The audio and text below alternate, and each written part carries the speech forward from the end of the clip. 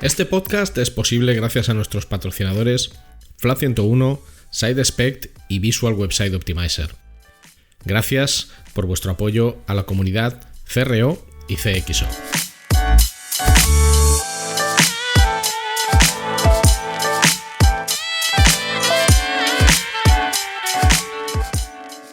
Hola, mi nombre es Ricardo Tallar y estás escuchando CRO Café, el podcast de referencia en CRO, que son las siglas de Conversion Rate Optimization, y también el podcast de referencia en CXO, que son las siglas de Customer Experience Optimization, y en diseño y optimización de productos y servicios digitales. Aquí hablamos sobre nuestro trabajo como profesionales digitales con el objetivo de compartir, entretener y aprender, a veces en solitario y a veces con la mejor compañía de otros profesionales que pasan por este podcast.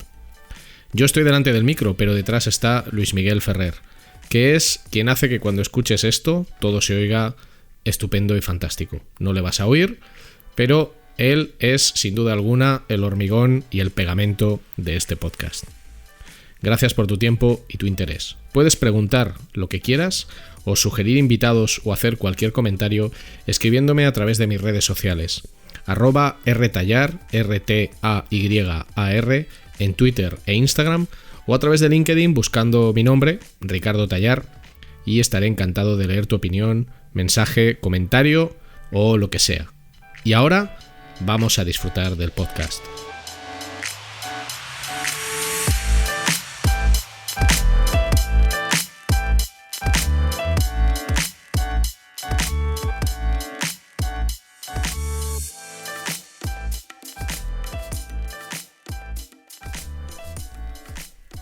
Un episodio más de CRO Café en español y yo feliz, contento y agradecido de que estés ahí, y lo digo totalmente en serio. Al final, si has escuchado cronológicamente todos los episodios de CRO Café, pues llevamos juntos casi 1 año y medio.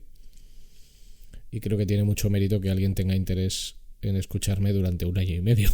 Así que muchísimas gracias por adelantado. Hoy vamos a hablar de algo que personalmente me parece muy importante dentro de los procesos de optimización y mejora de productos y servicios digitales, que es cómo medir la famosa experiencia de usuario, de la que todos estamos de acuerdo depende en muchísima medida cualquier transacción, cualquier objetivo comercial o de negocio.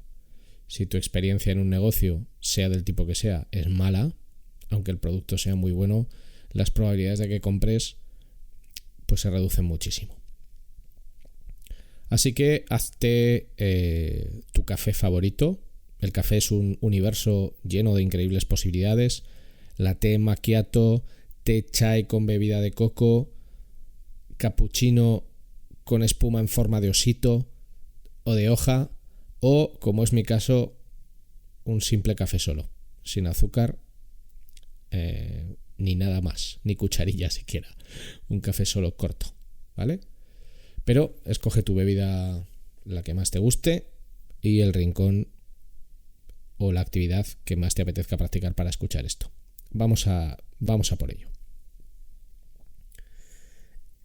Creo que la mejor definición de experiencia de usuario la leí en el libro de Jesse James Garrett, del que hablo hasta el asco, que se llama The Elements of User Experience. Y Jesse James Garrett dice algo muy interesante, que es muy sencillo pero que tiene mucho fondo. Él dice que el diseño es diseño como tal hasta que ese producto o ese servicio empieza a ser utilizado por las personas a las que realmente se dirige. En ese momento deja de ser diseño y se convierte en experiencia de usuario. Es decir, él establece una diferencia entre el acto de diseñar, que sería algo teórico, en base a unos conocimientos para dar forma a un producto o un servicio, frente a la experiencia de usuario, que es cómo las personas a las que se dirige ese producto o servicio lo utilizan realmente y qué facilidades, sufrimientos, impedimentos, padecimientos y de todo experimentan en el proceso de utilización de ese producto o servicio. Lo cual explica que productos o servicios diseñados teóricamente teniendo absolutamente todo en cuenta, a la hora de funcionar en el mundo real no ofrecen un gran rendimiento. Evidentemente esto pues pasa muchísimo en el mundo digital y de hecho cuando analizas las causas de una falta de eficiencia, que al final cuando hacemos un proyecto de mejora de conversión, de CRO, de CXO, de BXOP, lo que queremos es obtener una mejor eficiencia en el producto o en el servicio, sea cual sea su objetivo. Muchas veces la propia experiencia de usuario determina las probabilidades de que alguien compre o contrate algo. Y esto es así, por muchísimas razones. Claro, ¿cómo podemos medir la propia experiencia de usuario de una manera fiable que nos indique que lo que le estamos ofreciendo a las personas que objetivamente son nuestros clientes potenciales no está haciéndoles sentir satisfechos con la experiencia? ¿Vale? Por supuesto, hay KPIs y hay métricas en el mundo de la conversión universalmente establecidos, como el propio ratio de conversión, que ya sabéis que es el número de transacciones realizadas dividido entre el número de sesiones necesarias para hacer esas transacciones multiplicado por 100. Evidentemente, si yo he hecho una transacción con 100 sesiones, pues mi ratio de conversión es del 1%. También está muy institucionalizado, por ejemplo, el churn rate, churn rate, que es el ratio de abandono. De todas las personas que inician un proceso de compra, ¿cuántas lo abandonan? También el valor medio de pedido como métrica. Muchas veces en un proceso de mejora, la mejora no viene tanto del incremento del propio ratio de conversión como del incremento de los valores medios de pedido a través de acciones pues, de venta cruzada o de upgrade o de venta superior. ¿Vale? Todo esto lo tenemos claro, pero ¿cómo hacemos para medir una experiencia de usuario más etérea, más ambigua, ¿no? Al final, ¿cómo ponemos en valor el diseño o la propia experiencia de usuario mediante métricas? ¿Puede hacerse esto? Puede hacerse. Puede hacerse quizás no tanto con datos cuantitativos, los que nos ofrecen herramientas como Matomo, como Google Analytics o como Adobe Analytics, sino mucho más con datos cualitativos, los que podemos obtener pues del test con usuarios o de procesos de observación de test en remoto, que lleva más tiempo, pero generalmente ofrece información de muchísimo más valor que el dato cuantitativo per se, que está muy bien para hacer seguimiento de unas métricas, pero no está tan bien cuando necesitas comprender cuál puede ser la causa raíz de un potencial problema. ¿Vale? En primer lugar, lo que yo os diría es que cuando penséis en métricas, cuando penséis en datos, tengamos en cuenta unos criterios sencillos para ver si podemos medir algo o no y cuáles son las métricas que nos pueden interesar. Lo primero, lo que hace interesante a una métrica, lo que la hace útil para que podamos tenerla en cuenta para medir algo es, en primer lugar, que tiene que estar acotada a un momento temporal. Es decir, una métrica por sí sola tiene poca utilidad si no se utiliza en un marco de comparación de tiempo o no se utiliza para medir algo durante un tiempo determinado. Las métricas no tienen por qué ser eternas. Puede haber métricas que tengan sentido en verano porque es un periodo de pico de actividad en un negocio, por ejemplo, y otras no tanto. Una buena métrica también tiene una conexión clara entre lo que un usuario necesita y los objetivos de negocio que nosotros podamos tener. Es decir, cuando por ejemplo alguien compra un libro de formación, evidentemente entra en nuestro sitio web o en nuestra app porque tenemos ese libro, quiere ese libro, lo necesita y nosotros queremos venderlo. ¿Vale? Hay una clara alineación. ¿Cuáles son las métricas vinculadas a ese interés y a ese objetivo de negocio? ¿Cuáles son las buenas métricas? Las que vinculan ambas realidades. Luego, una métrica se tiene que poder medir, recoger y almacenar. Tiene que ser algo de lo que podemos hacer seguimiento. Y luego, una buena métrica en este caso concreto debería de estar vinculada a una acción, a algo que queremos que una persona haga cuando esté en nuestro producto o en nuestro servicio digital.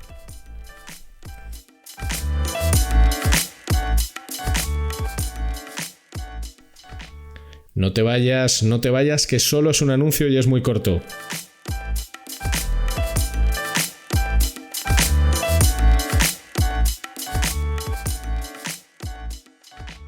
Si necesitas ayuda profesional para mejorar la conversión de tu negocio digital, tu mejor opción es contar con Flat 101. En Flat 101 somos especialistas en el diseño, desarrollo y optimización de servicios y productos digitales y podemos darte soporte en todas las áreas técnicas que intervienen en la conversión. Más de 15 años de experiencia profesional en más de 500 proyectos de conversión para multinacionales y startups a tu servicio, con el mejor equipo de profesionales CRO que vas a encontrar. El resultado nos importa y el cómo conseguirlo también. En Flat 101 estamos listos para ayudarte.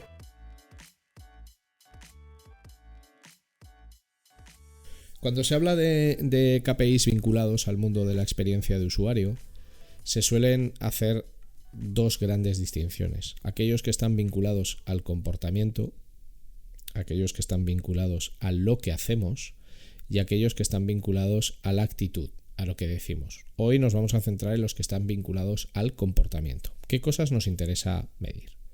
Bueno, en primer lugar, una de las métricas principales que nos interesa medir para saber si tenemos un diseño que está realmente funcionando bien es lo que se conoce como TSR, que son las siglas de Task Success Rate, es decir, tasa de éxito de tarea o tasa de completado de la tarea. ¿Qué tarea? Bueno, pues aquella en la que estéis trabajando vosotros. Lo malo de hablar en general, pues es que cada uno de vosotros tiene que hacer un ejercicio para pensar cuáles son las tareas relevantes para el proceso de negocio que representa vuestro producto o vuestro servicio. Por ejemplo, si tienes un e-commerce de toda la vida que vende vino, por ejemplo, pues evidentemente una tarea que debe de ser completada con éxito es el añadir a carrito. No penséis tanto en macrotareas como en tareas, ¿vale? Tareas que forman parte de la cadena de conversión de un producto o de un servicio. Pues, por ejemplo, añadir a carrito. Si vendes un servicio que es extremadamente complejo, como puede ser un servicio de arquitectura o como puede ser abogacía o como puede ser medicina, pues quizás la tasa de completado de tarea más evidente es el completado de un formulario solicitando una primera cita o un interés, pero también puede ser la descarga de un dossier comercial. Si para ti es importante generar audiencias o establecerte como un referente en un sector, quizás la tarea sea pues las descargas de tus contenidos cuando haces un white paper en PDF o la suscripción a tu newsletter o la suscripción al sistema que utilices para mantener informados a las personas interesadas en tu tarea. Lo que es cierto es que cada persona debe pensar cuáles son esas tareas verdaderamente relevantes en cada negocio en el que está trabajando. Y para eso hay que conocer muy bien el producto o el servicio y cómo funciona, ¿vale? El cálculo del TSR es bastante sencillo. Es algo tan sencillo como las tareas que se han completado correctamente divididas entre el total de intentos de tarea multiplicado por 100. Un ejemplo muy sencillote: completar un formulario. Completar un formulario, supongamos que ha habido 23 intentos y 15 personas lo han completado con éxito. Insisto en que en la medición de estos KPIs de experiencia de usuario puede acabar siendo muchísimo más importante la medición cualitativa. El testing con personas, bien en presencial o bien en remoto, es lo que os puede dar una muy buena pista de estos grados de cumplimiento de cada uno de estos KPIs. Hacerlo todo con analítica digital cuantitativa es el camino fácil, es lo que nos gustaría, pero es extremadamente complejo. Pero bueno, 23 formularios, 15 formularios completados de 23 intentos, ¿vale? Bueno, pues el TSR es 15 partido entre 23, que es 0,65 y pico, pero 0,65 multiplicado por 100. Es decir, un 65%. Ese es el TSR de esta tarea, ¿vale? Dos cosas importantes. En primer lugar, ¿cómo sé yo que un 65% de TSR es bueno o malo? Aquí, como todo en la vida, tenemos dos opciones. Medirnos contra nosotros mismos, es decir, yo ya sé que tengo un 65%, lo que tendré que trabajar serán los copies, cómo planteo el flujo de información o cómo presento los campos para que ese formulario se rellene con mayor facilidad y el TSR pase de ser un 65% a un 90%. Y también puedes fijarte en los demás por intentar establecer una medida de comparación universal, ¿vale? Aquí yo la única referencia que he localizado sobre el TSR es de Jeff Sauro. Jeff Sauro es una persona que lleva muchísimos años escribiendo sobre la medición de experiencia de usuario. De hecho, tiene un blog que se llama Measuring UI, y según Jeff Sauro, después de hacer el análisis de unos 1200 sites, él lo cuenta en un artículo, la media del TSR es del 78%. Como siempre, no cojamos esta referencia como una verdad universal, única e inmutable, porque yo desconozco esa referencia de Jeff Sauro de ese 78%, si se basa en 1200 e-commerce, en 1200 sitios de abogados, si ha mezclado todo, ¿vale? Pero bueno, por tener una referencia. El otro aspecto que es muy importante, muy importante cuando hagáis mediciones de este estilo para validar vuestra UX, la brutal importancia que tienen los segmentos en la interpretación de los datos. Nada tiene que ver el completado de una tarea en dispositivos móviles frente a dispositivos desktop en muchos casos.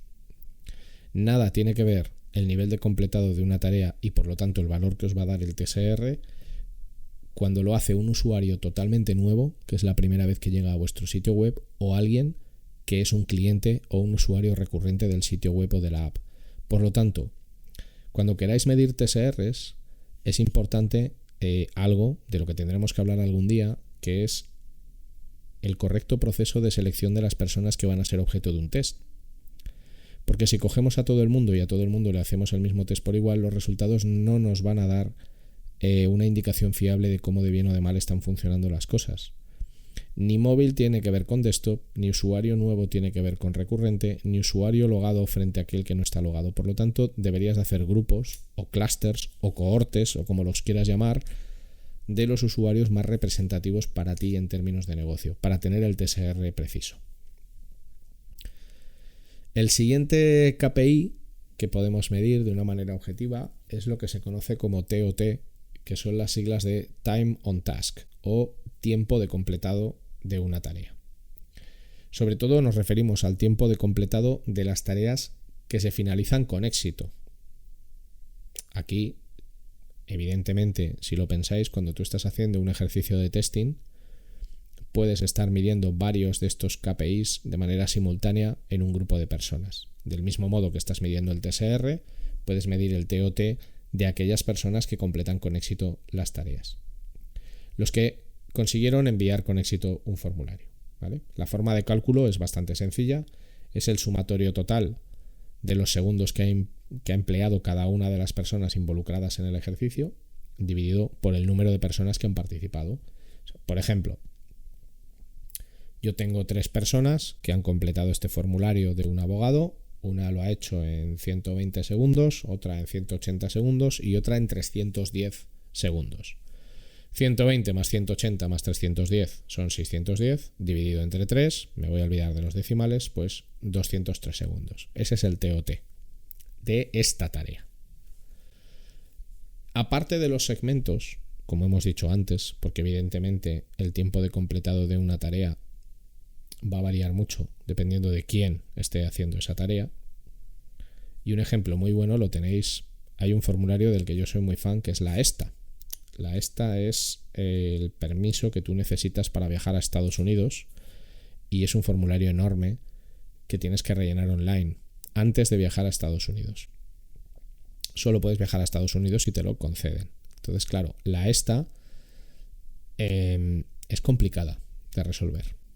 Hay preguntas que son de difícil respuesta, que generan muchísimas dudas y es un formulario muy interesante para hacer un análisis detallado. Quizás lo hagamos algún día, ¿vale? Cosas que os deberíais preguntar cuando tú ves el TOT, el Time on Task. Verdaderamente para mí la pregunta principal es cuál es la razón del tiempo invertido, tanto si es muy poco tiempo como si es mucho tiempo. Al final, el TOT suele ser representativo de eficiencia. Entenderíamos que un proceso o una tarea es muy eficiente cuando se ejecuta en muy poco tiempo. Pero es muy importante entender la razón de la inversión del tiempo, más allá de la métrica separada del contexto, que es un problema enorme, separar las métricas del contexto. Puede que alguien tarde mucho porque tiene un desconocimiento absoluto de la tarea que está haciendo. Es la primera vez que la hace, y como es la primera vez que la hace y además es una tarea que no se parece a otras que ha hecho en el pasado o en otros contextos, le cuesta mucho tiempo hacerla.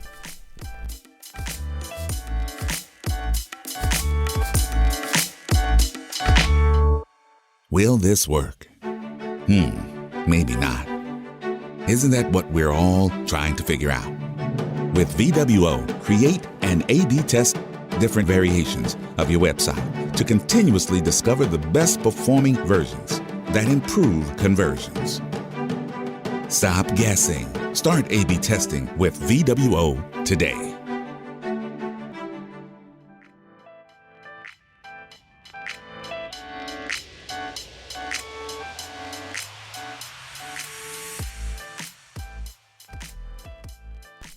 Pero es que cuidado con esta interpretación, porque también hay personas que tardan mucho porque disfrutan la tarea, o bien porque está gamificada, o bien porque para ellos la tarea constituye algo lúdico. Pasa mucho, por ejemplo, en el sector de la moda, donde el tiempo que puede transcurrir entre que alguien busca un producto hasta que lo compra, que a veces hay TOTs que se miden de esta manera, puede ser larguísimo. ¿Pero por qué? Porque es alguien que está en un proceso pues de exploración o simplemente de ver artículos que le interesan. Camisetas, vestidos, bolsos, maletas, lo que sea, me da igual. Estás viendo producto, estás a gusto viendo producto y no tienes ningún problema con ello. Por lo tanto, la tarea te lleva mucho tiempo. Entonces, cuidado con interpretar el TOT de mucho tiempo como algo negativo. Siempre va a ser muy importante entender si una persona usuaria está sufriendo o está disfrutando. Por eso insisto que medir solo métricas tiene unos componentes de riesgo muy altos. Yo soy muy fan de los datos, siempre lo he sido, pero lo soy más de los datos con un contexto. Tercera métrica interesante, lo que se conoce como UER, que son las siglas de User Error Rate, es decir, la tasa de error que se produce durante el completado de una tarea, ¿vale? Lo que intentamos ver es, bueno, cuál es el volumen de errores que se producen durante el completado de una tarea. Por ejemplo, marcar opciones que no deberías marcar y que a lo mejor marcas porque no te ha quedado claro si son las adecuadas o no. Hacer clic en elementos que no son clicables pero lo parecen. Este es el caso de un false affordance. Suele indicar el UR el grado de comprensión o de afinidad de una persona que tiene con tu activo. Si explicas bien las cosas, si las cuentas bien o tu manera de manejar los flujos de navegación y los procesos es similar a otros muy conocidos, pues en teoría tu UR debería de ser bajo, ¿vale? El cálculo estándar del UR es el número de errores dividido entre los intentos de ejecutar una tarea multiplicado por 100. Por ejemplo, alguien tiene que pagar un producto como parte de una tarea principal y no selecciona la talla o el color. Esto pasa muchas veces, por ejemplo, cuando la talla y el color de una prenda vienen preseleccionados, lo que sería un sesgo de statu quo, que a veces incluso podría ser un dark pattern, un patrón oscuro, ¿no? Pero bueno, en ocasiones, y si os fijáis seguro que lo veis, pasa mucho con camisetas sobre todo. En ocasiones en una camiseta está ya preseleccionada una talla y un color. Entonces tú puedes no darte cuenta y haces clic en comprar, ¿vale? De hecho, en la mayoría de los e-commerce hoy día, el botón de compra solo se activa cuando has hecho las selecciones previas que son necesarias, que es una secuencia de interacción muy bien pensada. Solo te permito comprar cuando hayas escogido la talla y cuando hayas escogido el color, porque no vienen premarcados por defecto, pero es que en ocasiones sí, como este caso que os cuento. Entonces yo tengo una talla y un color marcados, le doy a comprar, pero a la hora de pagar me doy cuenta de que no es ni la talla ni el color que yo quería. Entonces, en este caso en concreto, alguien se ha confundido en esta línea. Ha habido 27 errores en 89 intentos de compra, por lo tanto la UR sería 27 partido entre 89, que es 0,30%, es del 30%. Esto se conoce como la tasa de ocurrencia de error, que digamos es el error simple.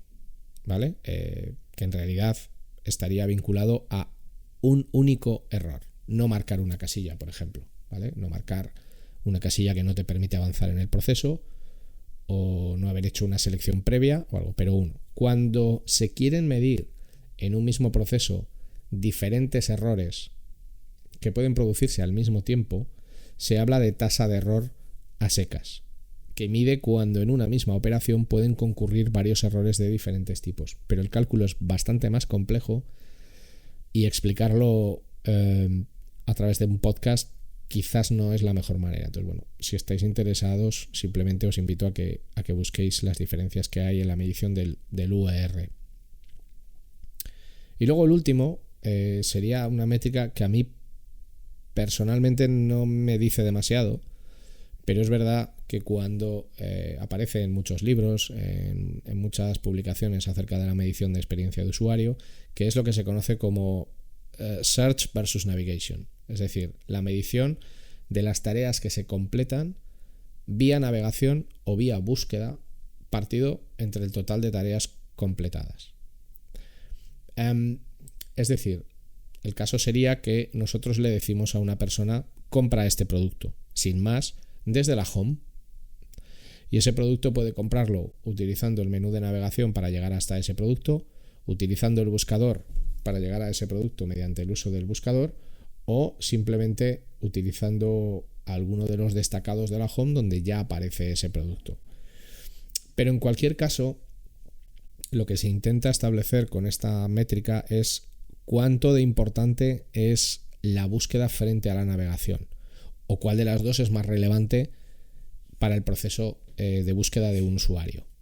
¿Tiene sentido? Bueno, puede tenerlo, pero también es verdad que al final son los dos principales sistemas de recuperación de información, la navegación y las cajas de búsqueda, y yo sinceramente no acabo de tener muy claro qué me aporta. O sea, las veces que lo he empleado no he sacado aprendizajes de valor, que quizás he sido yo, que no lo he hecho de la manera adecuada, pero vamos, no he acabado de verle mucho el sentido. Y estos serían los 4 principales KPIs para medir la experiencia de usuario. El TSR, la tasa de éxito en la ejecución de una tarea. El TOT, el tiempo de ejecución de una tarea o el tiempo de completado de una tarea. El UR, la tasa de error. Y búsqueda contra navegación, Search versus Navigation. Siempre, por favor, siempre a la hora de valorar cuestiones de UX con métricas, siempre tenemos que tener muy presente el contexto, no es lo mismo medir esto en una compañía de seguros que en un e-commerce que vende entradas de cine, o en un e-commerce donde tú te compras un billete de avión, de metro o de tranvía. Siempre vinculemos muy bien estas métricas a cuál es el contexto de compra. ¿Qué peso tiene, por ejemplo, la ley de Jacob, la similaridad? ¿Vale? Si estamos hablando de una web que replica mecanismos de contratación o de transacción muy similares a otras webs muy populares, como por ejemplo podría ser el caso de Booking, no de Booking.com, sino de cualquier ejercicio de Booking, al final un data picker, la selección de un producto, etc. Pensad también en la ley de Parkinson, en el que cada persona empleamos siempre todo el tiempo que se nos concede para hacer una tarea, sobre todo a la hora de trabajar con el TOT. Se nota mucho a la hora de seleccionar entradas de cine, sitios, por eso se limitan los tiempos. La ley de Fitts, por ejemplo, cuánto de fácil o de difícil es acceder a determinados puntos de interacción, la propia urgencia, ¿vale? Intentad ver la foto grande, y viendo la foto grande y comprendiendo la realidad de ese cliente y del producto que nosotros vendemos, nos vamos a la foto pequeña. Y con estas mediciones, por lo menos tendréis un punto de partida para poder valorar si con los cambios sucesivos que vayamos introduciendo estamos mejorando la experiencia de usuario desde un punto de vista claro o no. Si trabajas en el mundo del UX o el UI y me estás escuchando, al final yo he trabajado como diseñador muchos años. Y hay una parte de nuestro trabajo que muchas veces no te gusta cuando empiezas, pero que cada vez es más necesaria, que es la importancia de explicar el valor que aporta el diseño en términos de negocio. Y muchas veces para explicarlo en términos de negocio necesitas métricas, necesitas datos. Todo buen diseñador ha utilizado siempre datos. Lo que pasa es que no ha sido consciente de ello. Ha utilizado datos, sobre todo de investigación cualitativa. Hagámoslo también aportando todos los datos que hoy en día nos permite la realidad digital. Espero que este episodio te haya gustado. Ya puedes retomar tu Latte Macchiato Grommenauer on the fly con Jack Daniels. Y por supuesto darle al play a todo trapo para escuchar lo último de Fu Manchu o revivir algún éxito de Caius o de American Sharks o los Misfits, por ejemplo. Si tienes cualquier comentario sobre este episodio, por favor, escríbeme y cuéntame o proponme ideas para futuros episodios. En Instagram y en Twitter mi usuario es @rtayar, RTAYAR, y en LinkedIn puedes encontrarme con mi nombre, Ricardo Tallar. Mi apellido es lo difícil, Tallar, T-A-Y-A-R.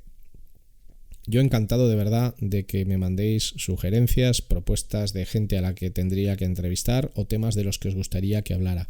Y si este episodio os ha gustado, pues ya sabes. Ahora que se acercan las comuniones, que tienes una comunión, pues oye, tú estás ahí en la mesa de la comunión comiéndote tu cochinillo y dices, tenéis que escuchar este podcast porque es la bomba. Que sales de fiesta y estás en una terraza, pues lo mismo, oye. Que empiezas a ir a la piscina, ¿qué hay más importante que decirle a tus compañeros de cuadrícula de césped que tienen que escuchar Ferreo Café? Muchísimas gracias por tu atención, por tu interés, por tu cariño y por querer invertir el tiempo en escuchar estos minutos. Nos vemos en el siguiente episodio y mientras tanto sigamos trabajando y optimizando.